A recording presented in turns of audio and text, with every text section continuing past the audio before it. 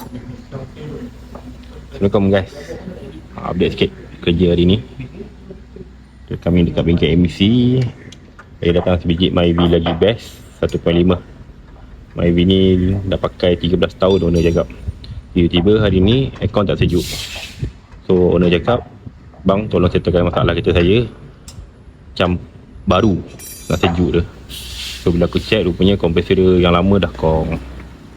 Itu kompresor lama dah. Saya cakap bang, kompresor abang problem. So dia cakap, buat je bang, janji nak pakai yang original. Dia nak tahan macam 13 tahun lepas. So aku dah buka, aku bagi dia cooling fan original, kompresor original, dengan condenser pun original juga. So dua barang-barang, dua ni Denso punya barang pasang kat kereta ni. Myvi lagi best 1.5 2013. Untuk korang yang ada masalah aircon, biar je, InsyaAllah kami boleh tolong settle kan.